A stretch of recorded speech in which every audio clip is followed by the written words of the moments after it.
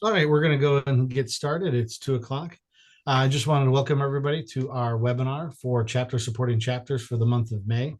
My name is Derek Ivancic. I'm the current president for the Cleveland Akron Canton chapter, and I'm the Northeast Region representative for the chapter supporting chapter supporting chapters task force. I want to introduce our two guest speakers today, and they're going to let us know their chapter position within the chapter, how long they've been involved. We'll start with Chef Phoebe Biter. Hi, everyone. I'm Phoebe Biter, chapter president of ACF of Greater Buffalo. As of right now, we have about 152 members. That number usually ranges from about 150 to 165. We have 11 board members, including a VP, 3 directors at large, 2 associates, a chairman, a treasurer, student president, and a secretary. And then we also have a competitions and certification chair. Great. And how long have you been involved with the Greater Buffalo chapter? I became student president when I was 19, so about 5 years ago now. And then I went on to be secretary, and then I became chapter president. My term started last year. Great. I think one thing that we did to kind of talk about is what our boards each look like. Because one thing that's going to be important to note for each of us in all of our chapters, of all of our chapters are different. So what might work in Buffalo might not work in Cleveland. So we're just trying to make sure that we give out as much information as we can and give you guys tips and tricks and ideas to help build a stronger board. That's the topic of the conversation today. So we'll go to Chef Sean Kohlhaas. If you want to briefly introduce yourself and kind of give us a layout of what your board structure and chapter kind of looks like. Yeah, so currently I am the chairman of the board for the Greater Grand Rapids American Culinary Federation chapter. Past president for 6 years. Before that, 4 years as vice president, and 6 years before that, the chairman, the community outreach chair. I've been involved with the chapter about 16 years. We have around 13 board positions, board chair, president, vice president, secretary, treasurer, sergeant of arms, diversity chair, community outreach chair, marketing chair, membership chair, certification chair, volunteer chair, student liaison chair for our college, another student liaison chair for our secondary program, which is the only ACF accredited secondary program in Michigan. Also our educations and meetings chair. And then we also have a diversity committee, certification committee, and a marketing committee. Wow, that's great. Yeah, we have approximately somewhere around 370 members, including students and junior chapter members. Okay. And then just to give you everyone a little idea about Cleveland, I've been a member of the Cleveland chapter for about 14 years.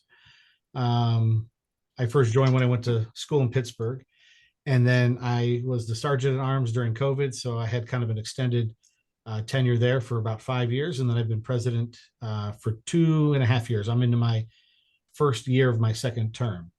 Right now, we have about 225 members here in the Cleveland Akron Canton area.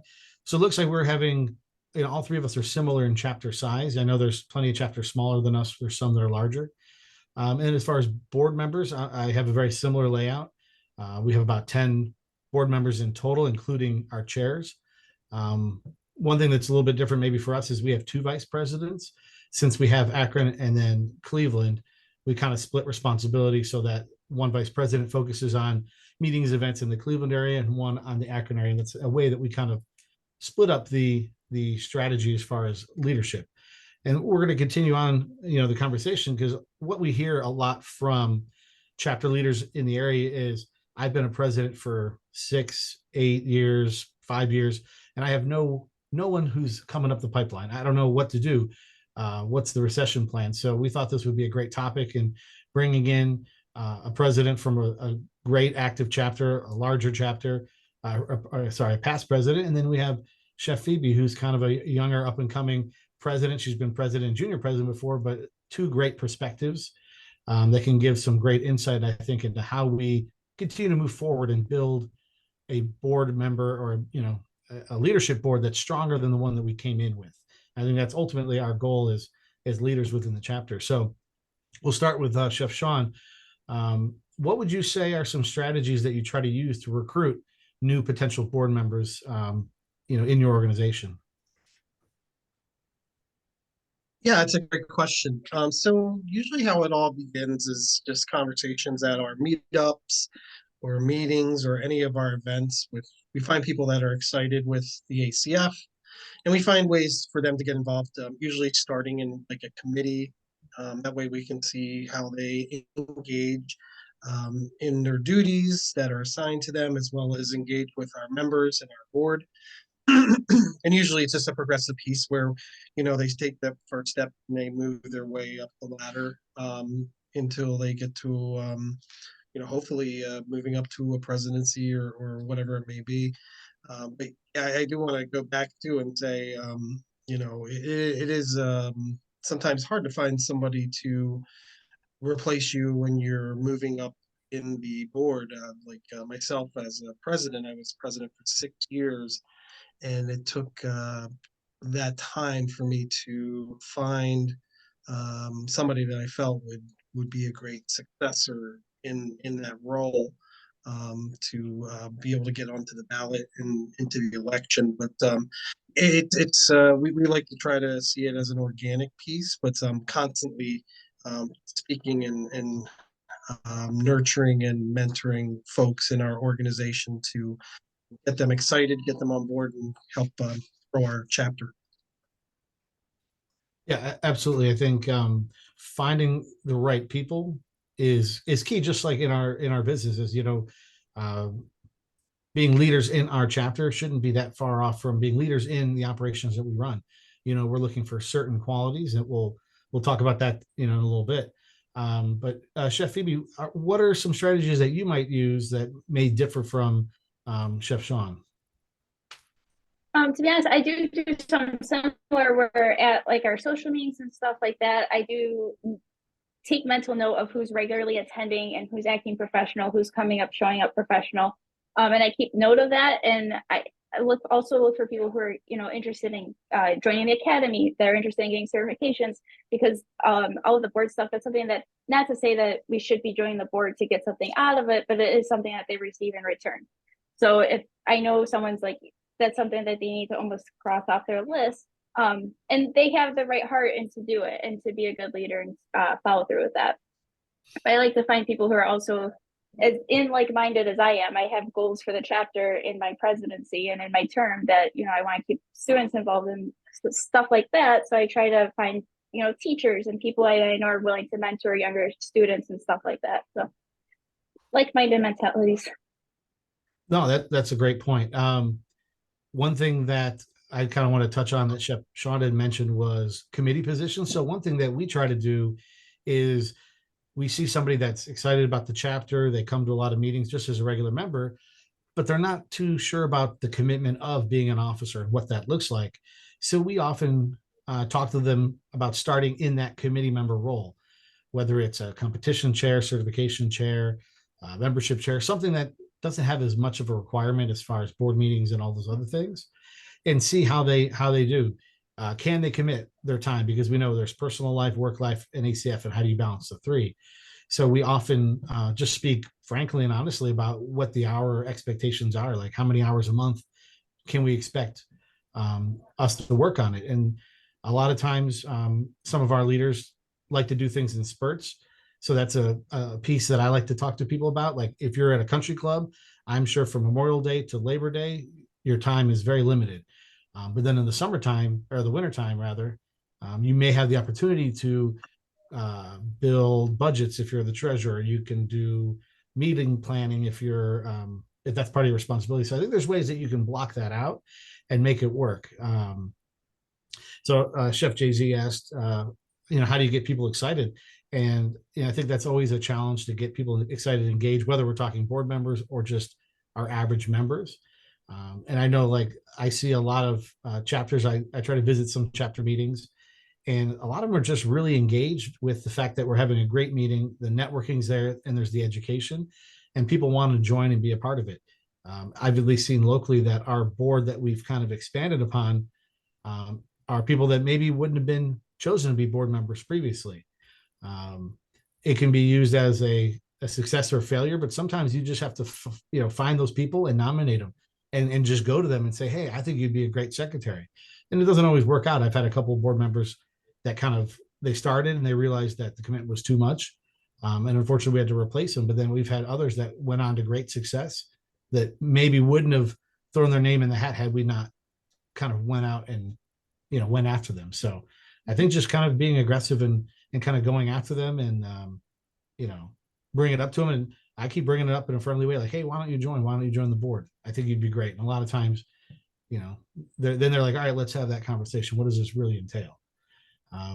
One thing that's kind of come up in our conversation as a task force is that some chapters are looking to start a letter of intent for future leaders. I didn't know if you guys had any thoughts on that.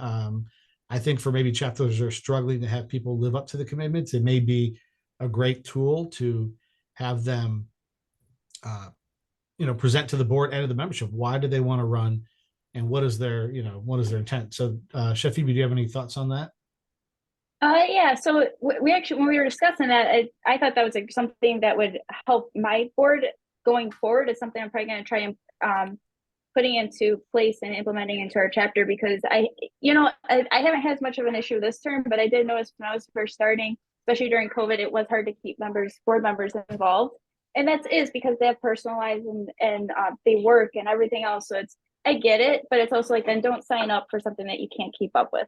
So I think if we have that letter intent, see where you're at, because we can teach you the rest. I was taught with the mentality, especially in the kitchen and the ACF and in school and stuff like that, you can learn the skills to do it, but if you don't have the personality or the willingness to learn it, then how can I teach you? So I think that's something, if with that letter of intent, can filter out a little bit more of that. Great. Chef Sean, did you have anything to add to that topic? No, I really like that. We have the duties of the each position and what you're responsible for in each one of the positions. But I think a letter of intent, and maybe even more of an agreement, is sometimes I use in some of the events that I host and competitions and judging, just saying, hey, here's what you're agreeing to. Please sign off on this, saying that you're going to do it. I think that sometimes maybe holds some weight, where people are actually, signing their name to a piece of paper and, hey, we expect this out of you, and I agree with Phoebe. I mean, don't sign up for something that you're not going to be able to execute. Make sure you know make sure you're able to do it. If you need help, throw up the big red flag, say, hey, I need help. And then that as a board, we're here to support each other, and we'll pick up pieces where, you might get really busy right now. And, whatever your position is, and, you might say, hey, I need some help with this. And that's what, as a good board, we can support each other and make each other successful. Yeah, that's a great point.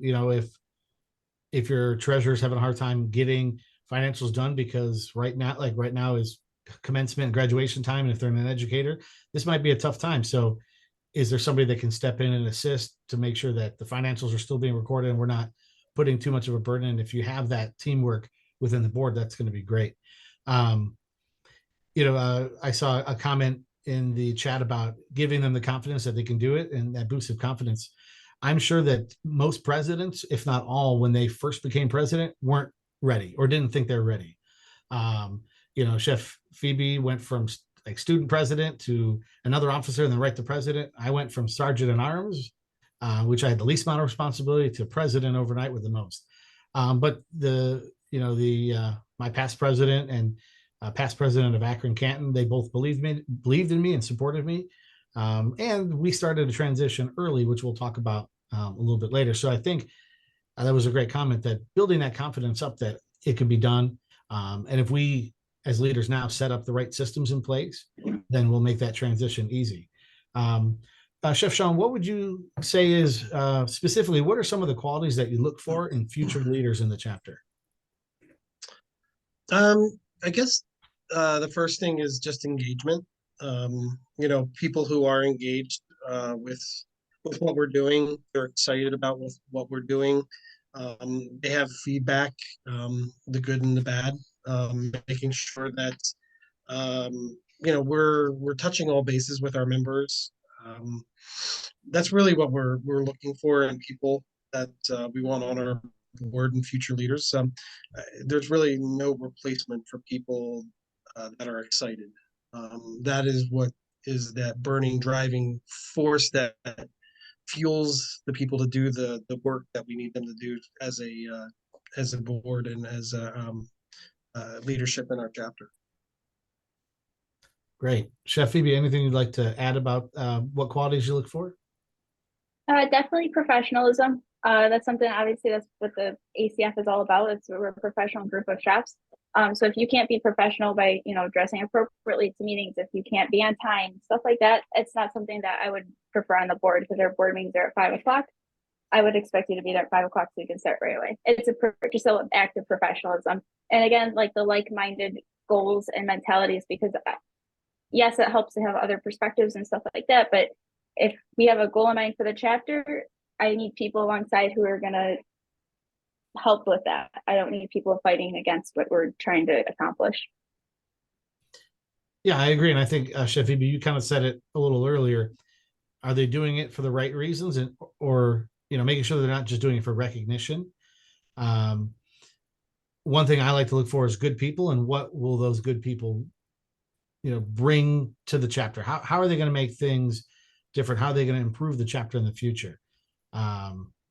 So that's one thing that I look for as far as qualities.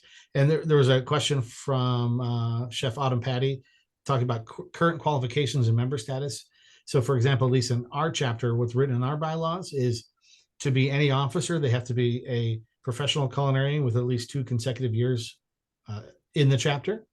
And then there's only one caveat for president. They have to have served as an elected officer prior to being president.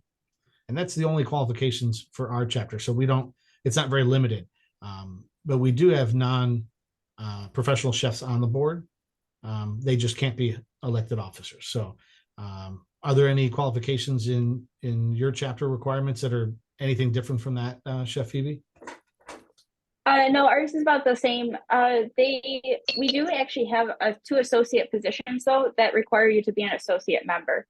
So that being like maybe a corporate, corporate chefs or something like that, someone who isn't necessarily in the industry, but they're still in the industry, if that makes sense. But they're not cooking with a knife in their hand every day, but they're around the industry. They're in the hospitality industry of some sort. So they are considered associate members, and our board has consists of 2 of them. So. Okay. And then Chef Sean, same question for you. Or do you find value in non-chefs being involved in leadership, maybe even as an advisory level? Yeah, no, we have about the same requirements, but actually, I know our marketing chair is also a marketing manager for Gordon's Food Service. So she's not a chef. She's in the industry. She works hand in hand with our team to help bring our chapter forward. So, it's not always chefs are the best person for every job. We're looking to bring on people that have specialized skills to help move us forward in different parts. Pretty much most of the other folks are all in the industry and chefs. Yes. Yeah. Right now we're all chefs on the board, but our previous term we had 2 non-chef associate members, similar like what Phoebe had said. They both work for local vendors, and they were there on the board as an appointed board member position. And it's good to get some of those insights, because oftentimes they sit on other boards. So they may have a more in-depth financial understanding, or we're talking about investments or things that maybe aren't within our normal wheelhouse every day as a chef. Some of these guys in sales or in finance for our vendors and partners, it doesn't hurt to have them involved. But again, like in our chapter, they can't be president, but they could be on it as an advisory capacity or a committee chair. So I think these are all, we look to diversify our chapter. I know that there's some chapters that do great with the enthusiasts, and they have a lot of enthusiast members. And if someone that's an enthusiast member or an associate wants to be more involved, I'd say, and that's just my personal opinion, why not? Even if it's just in a committee member type position, um, why block anybody from being more involved to help drive the chapter in that direction? So when you're talking to the leaders, um, Chef Sean, we'll go to you. How much time do you expect your leaders to dedicate to the chapter on a monthly basis? I guess I'd say on average, because I know financials, the treasurer might be more responsible or have more duties than the secretary or sergeant at arms. But what would you say is what you tell them on average that they're expected to contribute? Besides meetings, anywhere from like an hour to 3 hours a month. Usually the time commitments aren't extreme, depending on what you have on your plate. We do a lot of events. So if you are chairing an event, of course, you're going to probably drill down a little bit more than a couple hours getting ready for that event. But then, you look at it that as a cumulative thing over a month because most board members, if you are chairing an event, you chair like maybe one, unless you're like me to chair like several. But yeah, the normal commitment, I would say somewhere from 1 to 3 hours. And when you talk to future or potential leaders, do you ever get any pushback or concerns about time invested or the time required? Yeah, I mean, we all have busy lives, and I try to lead by example as the leader of our chapter. So I always tell everybody, I have a very extremely busy life, and I still find time to make it happen. So, I say we will work with you for a while, but if it doesn't, improve, we might need to shift your responsibilities, and Sure. maybe find somebody else that's going to be able to accomplish the tasks that are assigned according to those duties or to that position. Chef Phoebe, anything you'd like to add about how much time you expect and if you ever get pushback? Yeah, we do. I usually require, 1 to 3 hours, about the same a month, on top of monthly board meetings. And that's obviously going to depend on what position you're at. Obviously, the treasurer's going to need a little more time, and like our directors are at large. Previous to COVID, our directors at large actually always chaired an event, or they had to co-chair an event, for like a volunteer event or a fundraiser for the chapter, something along the lines of that. So they were always responsible for that. That's kind of changed a little bit since COVID. Obviously, we had to adjust. So like I have one director at large. He does most of the social media. So he might spend closer to that 3 hours. Excuse me, closer to that 3 hours a month. But like the secretary, he shows up to board meetings. He types up the notes. It takes an hour, and it's on that lower end. And I honestly, I've never had too much feedback, like pushback on that. The people that have come onto the board have been pretty good about keeping up with their responsibilities and their tasks. Okay. So one thing that Chef Sean had mentioned was about duties and responsibilities. And I think it's important that anyone looking to take on a different role or position understands what those are. So, for example, in our chapter, we have it built into our bylaws. What are the primary responsibilities for all of the board members and the requirements, therefore, there for the position, and also how many meetings they're required to attend. All those things are laid out in our bylaws. Is that something that you guys have in your bylaws, or is it in policy procedure? Like, is it somewhere easy to find that any member can go and just look and understand what that looks like? Since you're here, Phoebe, we'll start with you. Yes, we have it written out clearly in our bylaws, and the term length, the dates, like it goes by like odd year, even year, and it does a full description of every position. So as soon as a board member comes on, we give them the bylaws and say these are the outlines of your duties.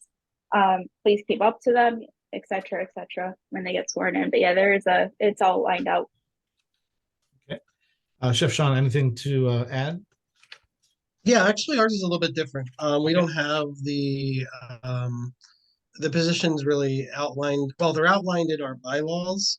Some of them, the main ones are, but we actually have more of a board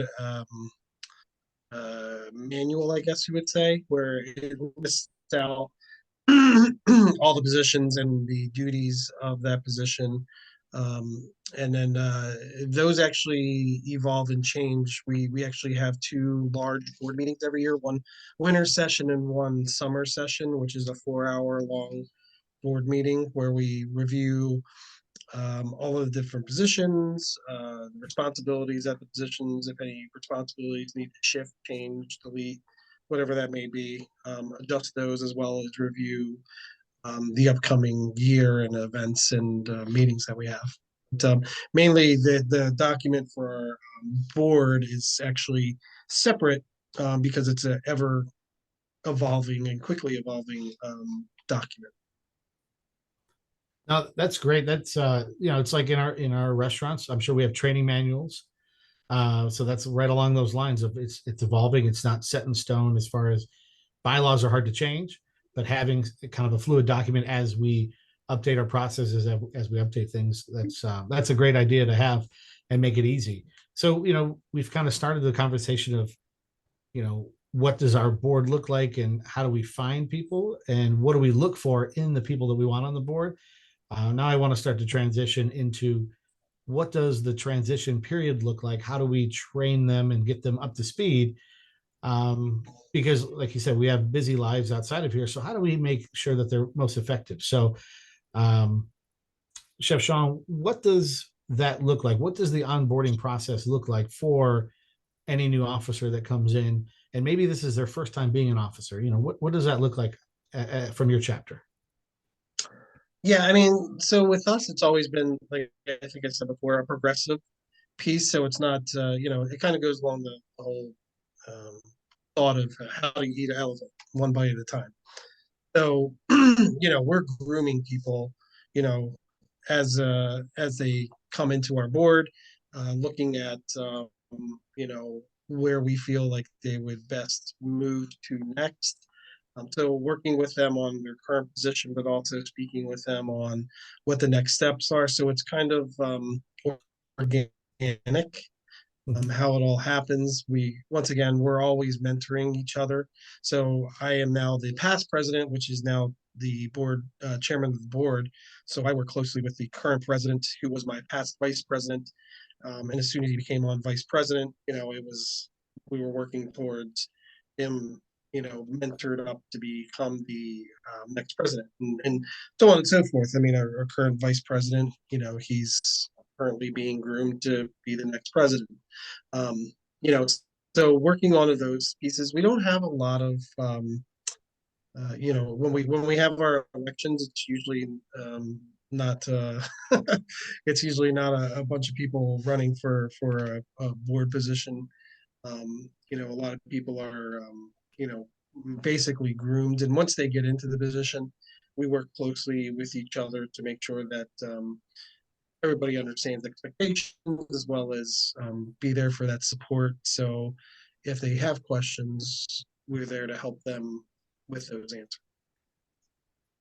Great. And then Chef Phoebe, what does onboarding look like in Buffalo? Yeah, so we get you on the board and then we mentor you up through.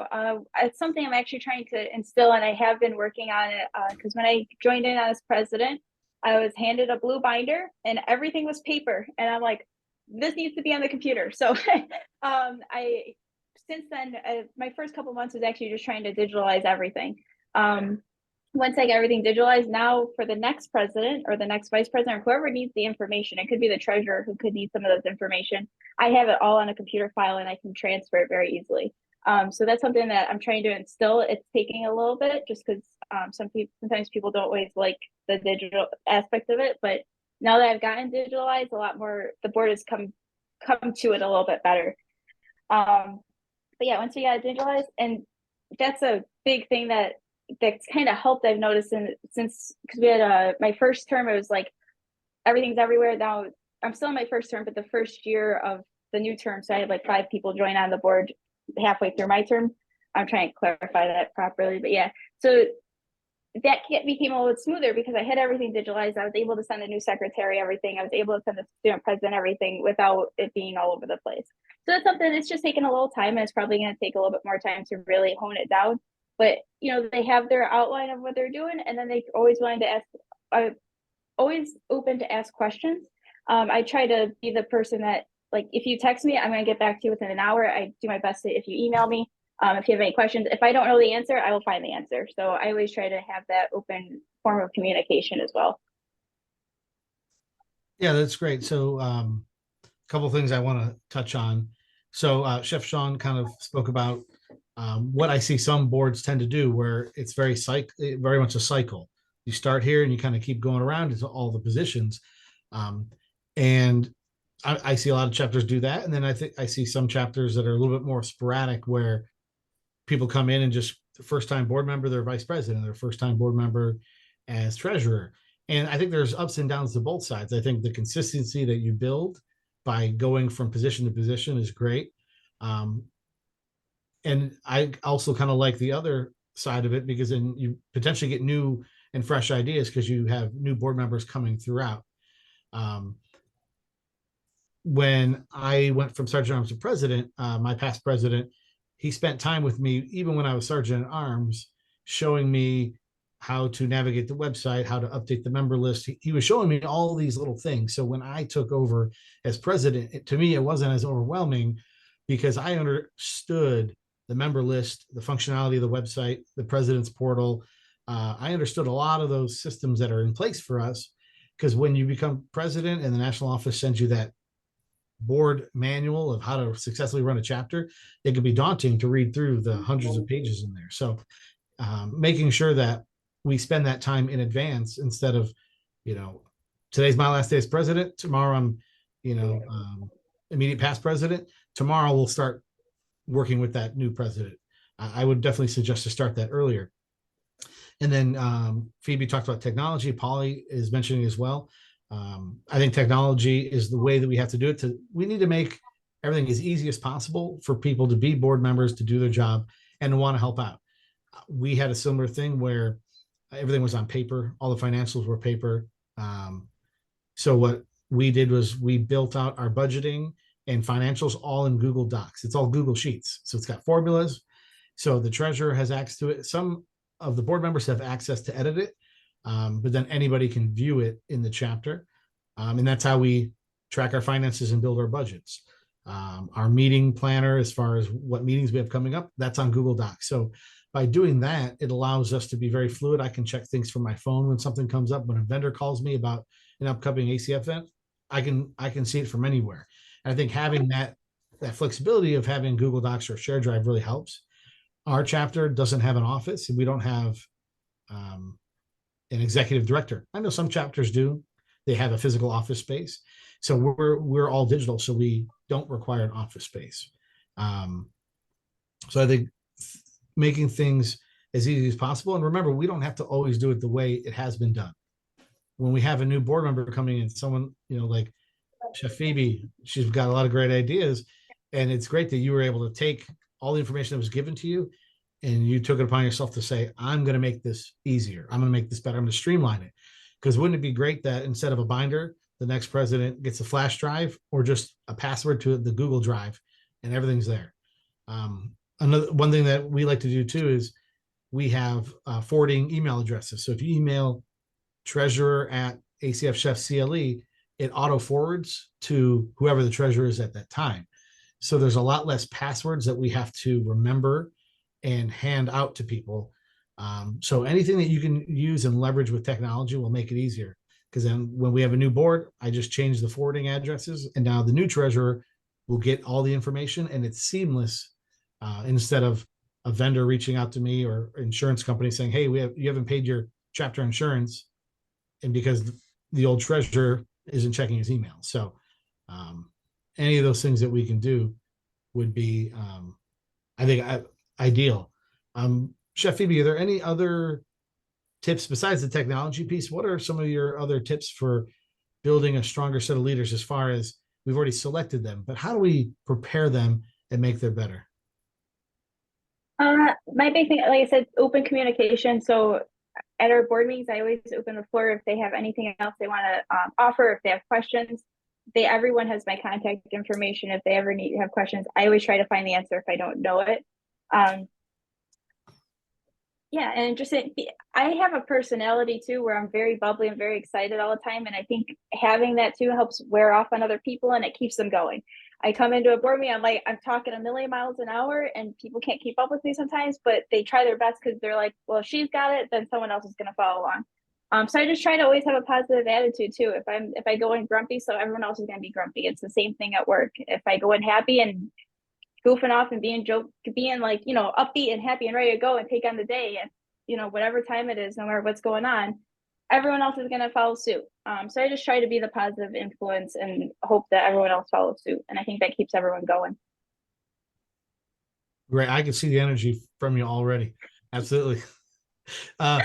Chef Sean, what would you say are some other anything from your experience that you've used to help, in that transition phase to really make those potential board members even better than they were coming in? Yeah, I have to agree with Phoebe. I mean, just being excited, making sure we're getting everybody else excited. I think that's really important. But the mentoring piece, making yourself accessible, is really important. And sometimes it's not even as much as making yourself accessible as much as you know poking people and just being like, hey, let's go grab a cup of coffee and talk about where you're at. It's not just the board meeting with everybody. It's trying to touch base one-on-one with folks, just to see how they are, because, people aren't going to speak up in a group. And, if you can make some personalized time with people, it makes a big difference, because you're going to get that candid conversation, and then be able to navigate through that, and be able to build some type of tool or system or whatever it is that's necessary to help them accomplish their goals. Absolutely. And one last little piece about technology that I just thought about. So, after COVID, everyone started doing Zoom meetings. So we do all of our board meetings on Zoom. So that way, especially because we have some members that live or work an hour and a half away from each other. So if we could do it on Zoom and save travel time, it's great. But one thing that I use too is, for example, when I have a new secretary, I show them the back end of the website, how to upload the member list and everything like that. I would recommend that next time you do one of those trainings with somebody, you just record it and save that video. Now that video is part of that training packet for the next time. And that saves you that 15 minutes. And imagine if you did that for every position, every time you did a one-on-one with them and said, all right, let me show you how I do the finances. I'm just going to record this for future use. And then that's a great tool that you can hand off to the next president or the next whoever and say, here's all the training stuff that we've already done. If you have any questions, let me know. So, as technology keeps improving and making all of our lives easier, I think we should embrace that as well. Question came up, or a couple of questions came up that I really want to ask from Chef JZ. He said, so I'll start with you, Chef Sean. So why do you do it? Why are you on the board? And what do you find rewarding about being president, past president? I think it takes a mixture of a lot of things. Tenacity, natural leadership skills. We're a little crazy. So there's a lot of pieces all to it. But no, in all honesty, I love doing what I do. I mean, everybody's called to do certain things, and I love being a leader. I love being able to mentor people. I know as chefs, that's part of our ingrained, intuitive way we do things, and we brought up to help each other. And I think that this extends into doing this. I mean, when I first started on the board, I was the community outreach chair, which was great because I was out talking to folks in our community, getting events set up, and getting charity events set up, and just doing all sorts of fun stuff. And then it just slowly transitioned into being vice president. Then I saw that I wanted to adjust our chapter, and I seen like the future of our chapter, and so I wanted to help steer that ship and steer our chapter towards the next stage. So yeah, I had a vision and I wanted to help impart that. I think that's why I did it. Chef Phoebe, how about you? Um, I genuinely just as soon as I was in school when I got involved with the ACF, and I honestly just love the ACF. I like just as a back thing, I like competing. I thought the benefits to my career it's given me certification, the people I've met, the connections I've gotten. So being able to lead people and being even a younger example for students to help them get involved, to help them, get do competitions, to learn, to grow in their careers, to get certified. I love helping people. I love talking to people, and it was like a perfect opportunity to meet a lot of people. And I've been very appreciative of I've gotten a lot of connections and help from other chapters, especially at the convention and stuff like that. And it's like, I love it. I love talking to people. It makes me so happy. It brings me so much joy when other people are like, this helped my career. It's like, that's awesome. Let's do it again. It's like, what else can I do to help you grow in your career? Like it put me in a perfect opportunity to help more people, and it helped me learn and grow in my career, but it also helped others. So yeah, it's a lot of fun, to be honest. Yeah, so it's a tough one. And this kind of circles back to when we talked about the qualities we look for, and how I had mentioned that I look for good people, people that you want to be around. And I can really look back to what drove me to be involved. Like I said, I've been part of this chapter for going on 14 years. When I joined, I was a line cook, and very introverted. I didn't really know anybody. And I met somebody that was a friend of a friend. And they're like, oh, if you meet him, say hello. And I don't want to embarrass him, but I met him, and he ended up becoming president. And I just kind of latched onto him, and I was inspired by his involvement and his direction and what he did. I just wanted to hang around with him and learn from him and get involved. So one day he was doing an event that I was at, and I said, hey, how do I get more involved? He's like, well, I need a sergeant at arms. You want to do it? I'm like, sure. What does it entail? He's like, no big deal. I'll show you what it does, what you have to do. And it kind of I just kind of had joined. And I look back to, had I never met him and had I just gone to meetings that didn't really click and connect with anyone, who knows if I would even be involved today. So a lot of times it's the connections we make. And that's what keeps people coming back. Another quick little story. It's like one of those heartwarming stories. We have a member who's been a member 20 plus years. And back when I first started, I never had met this gentleman. And the past president called him up and said, hey, your 20 years is up, or 15 years is coming up. I want to recognize you and give you your 15-year membership pin. So he came to his meeting, he got the pin, and saw how different the chapter was in a good way from when he last was part of it. He didn't feel as like part of the group, and he's been so involved, so helpful, and very appreciative of the fact that he feels welcome and part of something where before he was kind of on the outside, to the point where he's an officer on the board at this point.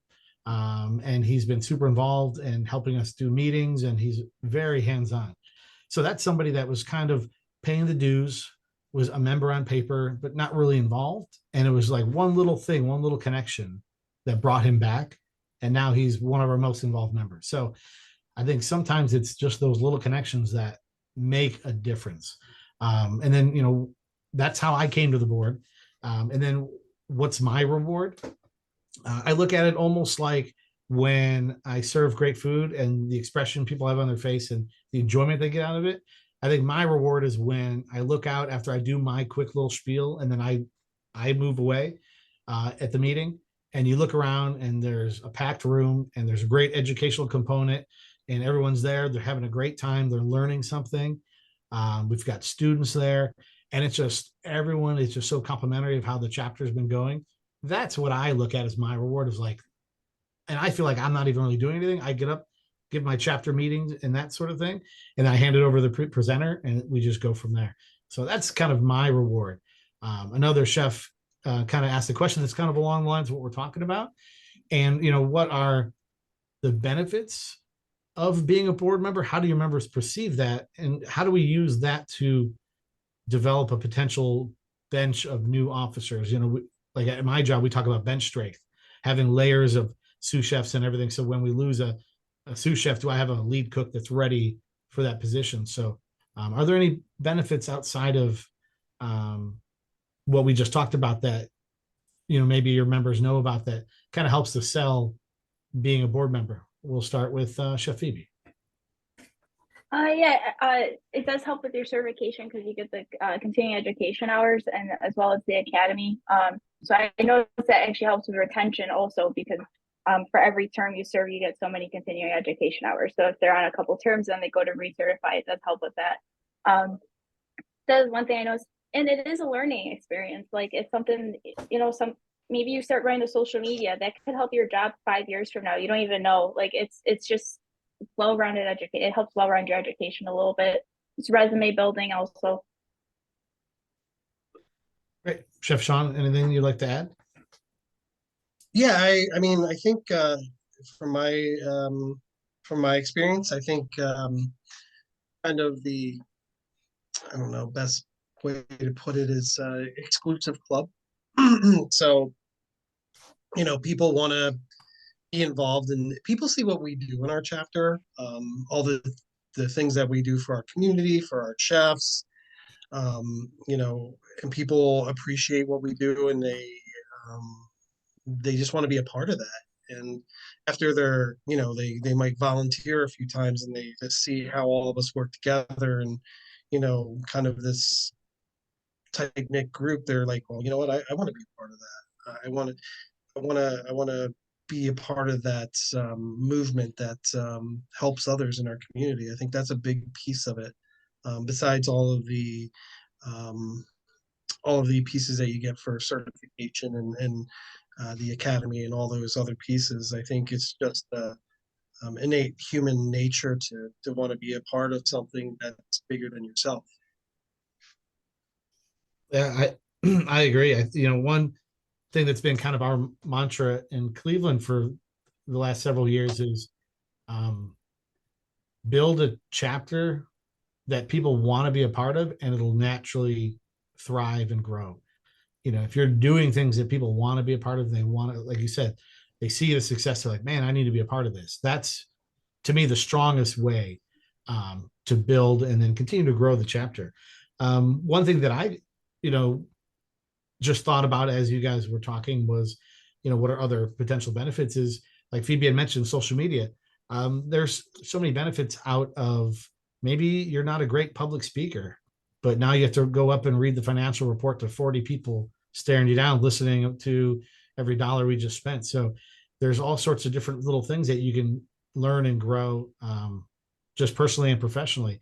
Looking back at the jobs I had, one of the actually best and most impactful jobs of my career was, I'm an adjunct instructor at a local community college. Before I became an instructor, I would not be able to do this call the way I'm doing it. Public speaking was not, I could not do it. I probably wouldn't be able to be president because I would not feel comfortable going in front of people. And as you can imagine, my job was to lecture adults on various topics. And so I had to get up there and speak to other adults and learn how to work through that. So my first few semesters were probably not the best, for sure. But almost 10 years in, and I've been able to develop, and I'm by no means, in my opinion, proficient, but I can pass. I'm very passable. I can get up there and do what I need to do. Because like I mentioned, I'm very introverted by nature. So it's always been a challenge for me. So you could even utilize that, if there's so many skills that we have to use to be leaders in the chapter that translate to our jobs. So that's kind of something that just to throw in there. So we've talked about finding the right people, kind of setting them up, and the technology. There's a lot of technology out there. Let's say there's a second term president that doesn't have somebody lined up. Is there any advice you can give them? Because we're kind of late in the game, as far as finding that replacement. We might be at the end of the term. Is there any tips or advice that you can give somebody that hasn't been able to find the replacement?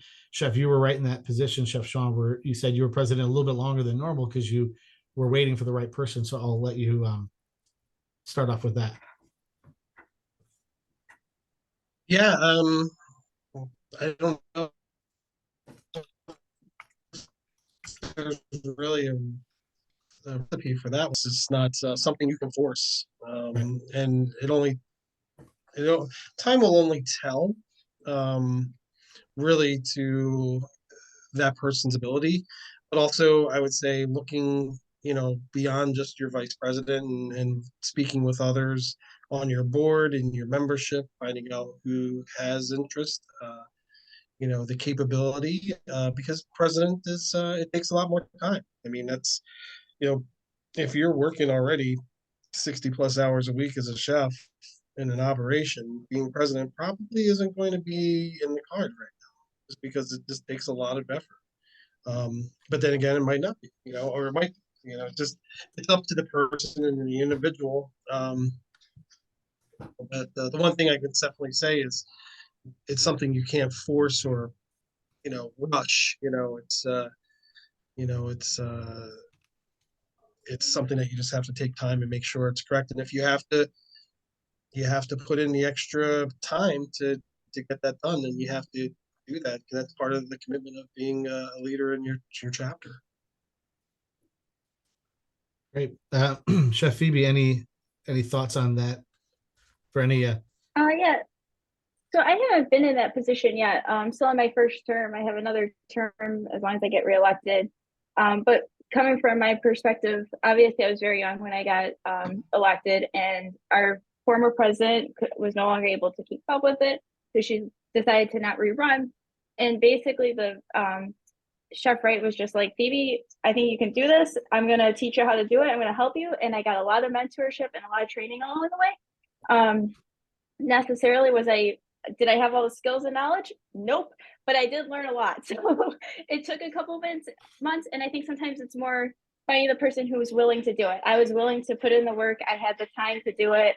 I was willing to be responsible enough to take on that and learn and ask questions and listen. And I did that for a few months. And then I was able to start working on it on my own a little bit better and become a little bit more independent. But I do think sometimes, like from my perspective, it's more you have the personality and the willingness and the drive to do it. And if so, then here you go. We'll teach you along the way. Yeah, and I think in like I had mentioned before, in our chapter, to be president, you have to serve as an elected officer prior. So I know the advice I'm going to give is kind of late for somebody that's late in their second term with no replacement. But one thing that I tried to do is in my first term, I looked at the officers around me and started talking about president already in my first term, knowing that if none of them had the interest, I had one more term to nominate potential secretaries and whatnot that would be able to fall into that role. Otherwise, let's say I had nobody, and then that's when I would start, talking with members about who was maybe an officer previously that may be interested in coming back to being an officer, because sometimes people, because of work-life balance, new jobs, they have to pull away, and then once that settles, maybe they can come back and fill that position. But it's definitely a difficult position. I know that some presidents end up on a third and fourth and terms beyond what's technically allowed in the bylaws, but they do it because they want to keep the chapter running. But ultimately, we do need to find replacements because we can't do it forever. And I think that will potentially lead the chapters to start to dwindle, because when you have the same exact leadership for year after year after year, the same exact president, the same exact treasurer, maybe there's not fresh ideas coming in, then slowly the membership may start to get disinterested. And that's like potentially where you could start to see the downfall of some chapters. So think outside the box. Maybe it's somebody that, like I said, has been away for a while, or somebody new, a new up and comer. I mean, Chef Phoebe's killing it, and she got in super young and just took it over. So I think there's opportunities that you have to think outside of your normal box sometimes. One thing that Chef John Rice, that he's asking the question, he says that in his chapter he has a lot of retired chefs. Do you recommend a retired chef run for president or vice president? I'll just jump in and say my piece, and I'll turn it over to Chef Phoebe. I would say, why not? They're going to have experience in the chapter. They'll potentially have the time to be able to invest. And I think the right retired chef, if they're willing to embrace what's coming and the new generation, I think that could be a great fit of a previous chef with all this great experience, able to mentor future up and coming leaders. I would say that's a great option if if there's somebody in the chapter willing to do that. I do have two of our officers on our board currently are retired chefs, and they do a fantastic job, and they have a lot more flexibility sometimes than some of my other chefs that are, in operations or education. So, Chef Phoebe, what are your thoughts on that? Oh, absolutely. Actually, our vice president is semi-retired, and he's going to yell at me for saying this, but Chef Wright is our vice president, and he actually was chapter president of Buffalo before I was born, and I like to remind him this all the time. So he's probably going to yell at me after this for saying that. But because of that, he has so much knowledge in the chapter that he's able to help every single position. He's been on every single position on the board, and I give him so much credit because he does put a lot of work and effort into our chapter. So, and because he is partially retired, he does have a little bit more time to do that. And he, like I said, he's been a great resource. He knows everything in and out because he's been a member since the chapter started. So it's like we can't get rid of that knowledge. That said, I'll take his knowledge and his wisdom, and then I'll be like, okay, but now it's 2024, so let's modernize it a little bit. So it's just about perspective on that and taking it and then almost filtering it into today. I have just one comment before I move to Chef Sean on that. I have a board member who's been on the board in some capacity for 25 years consecutively in Cleveland. He is such an asset to us because I still have questions that I don't know the answer to. So he's the one I go to. And he's always told me, he said, hey, I'm not interested in being president. That's too much.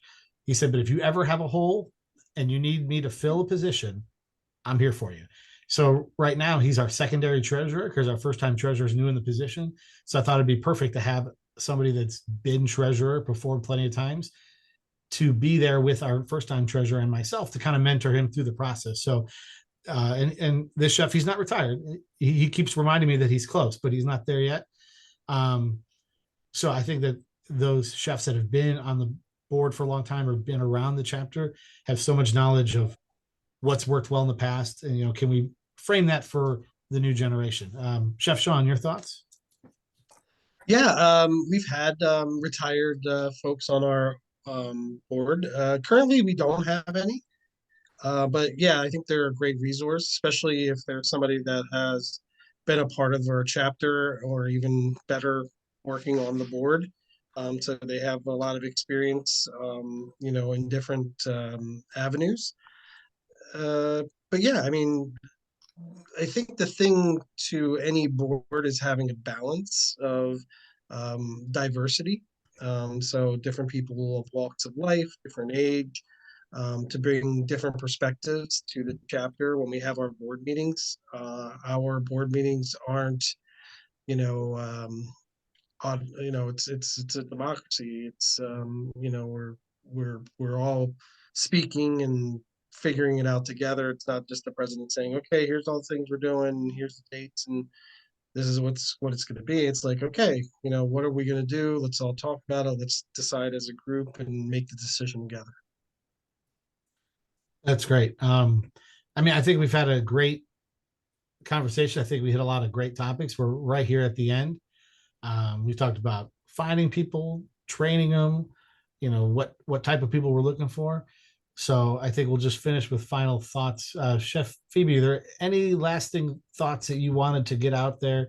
Any last little tip or trick for, potential leaders, or how do we make our boards better?